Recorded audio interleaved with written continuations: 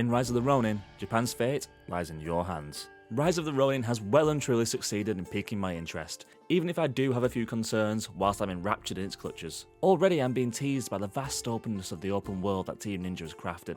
A playground packed with friends and foes alike, but it's those foes that keep me to the main path. While Rise of the Ronin claims to boast an accessible combat system with a number of difficulty tiers, it most certainly still packs a challenge with the game's opening chapters, acting as a brutal lesson in preparing you for what's to come. The player assumes the role of a lone Ronin, a nameless warrior seeking to unite with their blade twin, all whilst becoming embroiled in the future fate of Japan.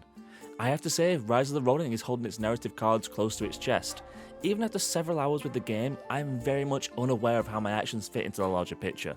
That being said, I have begun to familiarise myself with the world's various social and political factions, and it's clear that before long, a brewing sense of conflict will send the narrative barrelling along at a dramatic pace. I mentioned that our protagonist, which you can select to be male or female, is nameless. Well, they also happen to be largely unvoiced.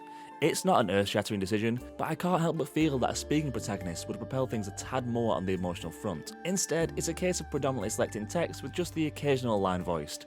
It's a weirdly inconsistent choice on behalf of Team Ninja. Aesthetics aside though, it's the combat that I want to dive into, because it very much dominates the opening of the game. While you'll be encouraged to pick a particular path early on, with certain weapons proving to be slightly more effective because of this, you're never forced into a particular playstyle, with all weapons remaining available throughout the game. Rise of the Ronin boasts a wide array of weapons, from era-accurate firearms to katanas, spears, bows and dual swords. The player will eventually come to wield two primary weapons, namely bladed ones and two sub-primary weapons, distance and or throwables. If you're struggling to master Rise of the Ronin's combat within that opening hour, stick with it.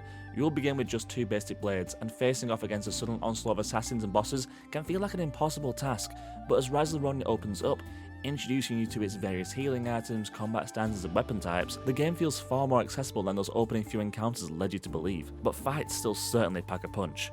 Be warned. Dying will take you back to the nearest Veil banner, with these campfire-esque checkpoints working as stations where you can restock your health and supplies, but unfortunately they also cause enemies to respawn. As you start to acquire allies, you can bring them along on missions, which also massively helps during combat. If you do find yourself in a bit of a pickle, you can instantly switch to playing as your ally, providing a fresh sense of vigour and hope when it feels as if a combat encounter isn't exactly going your way. During the preview portion of the game, I only encountered one ally, but I'm certainly looking forward to acquiring more, and seeing how their unique fighting styles constantly refresh the feel of combat. As for what the game has in store outside of these brawls, well, those aspects are now just beginning to be teased to me as the preview portion draws to a close. I've encountered and petted several cats, acquired a very nice camera, and swooped across the map's stunning landscape after recently acquiring the glider. This is what I'm most thrilled to get more of, to truly immerse myself in this world, and it's looking as if Team Ninja has made that possible by crafting a thorough and varied society. Already I have citizens, allies and vendors calling for both my help and attention. With my combat prowess improving, I can now also tackle disputes and public order clashes, opening up the map further and increasing my skills in the process. It's that creeping sense of rising modernity in Rise of the Ronin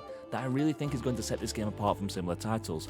This isn't the well-trodden tale of two worlds colliding. This is a Japan featuring three very different political beliefs, and while I've just had my first walk through the very cheery metropolis of Yokohama, I have a feeling that discontent will soon plague the entirety of these lands. While a few of Rise of the Ronin's combat mechanics have left me feeling a tad dubious, leading to the occasional session of button mashing, it most certainly hasn't dulled my excitement to experience the rest of this world and witness the development of the central narrative, which continues to hold its cards mysteriously close to its chest. Rise of the Ronin's opening few hours tease a game that looks to have it all: an intriguing narrative, an interesting cast of characters, fun traversal and a vast open world. But it's clear that the combat is what lies at the core of this game's identity. I fully accept the challenge that Rise of the Ronin has tasked me with, becoming a master of the blade. Japan's fate lies in my hands. I merely hope I'm worthy of the responsibility.